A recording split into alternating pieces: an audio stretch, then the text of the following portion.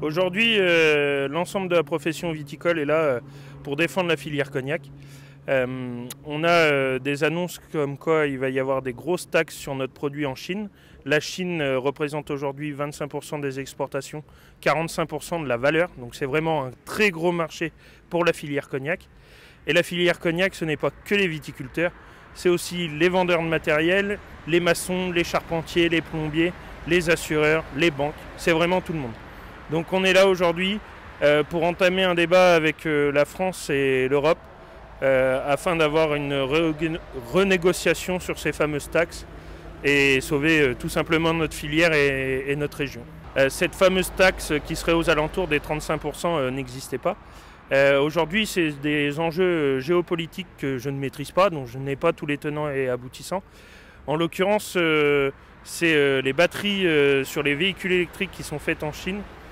Ces batteries-là posent problème à l'Europe et à la France, en particulier apparemment au groupe Stellantis, mais là je m'aventure sur des terrains que je ne maîtrise pas.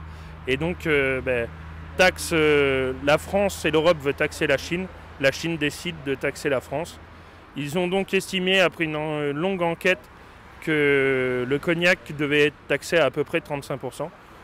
Tout ça n'est pas définitif et reste à voir, mais voilà où on va. Et aujourd'hui, 35% de plus, il faut s'imaginer que ça va bien sûr se répercuter sur les prix. Donc derrière, les prix en rayon de nos cognacs en Chine seront juste hors marché par rapport à des whiskies ou tout autre spiritueux. Le message aujourd'hui, vous comptez l'adresser à qui? On a un Premier ministre, mais on n'a pas de gouvernement. Le message va à ce nouveau Premier ministre, il n'y a pas de gouvernement bien sûr. Mais aujourd'hui, il s'avère que nous, les viticulteurs, nous avons le temps. Nos collègues de toute la profession ont le temps aussi en ce moment. Il est juste arrivé, c'est maintenant qu'il faut le saisir.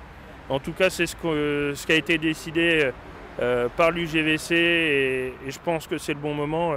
On ne va pas lui laisser le temps de s'installer dans des draps de soie.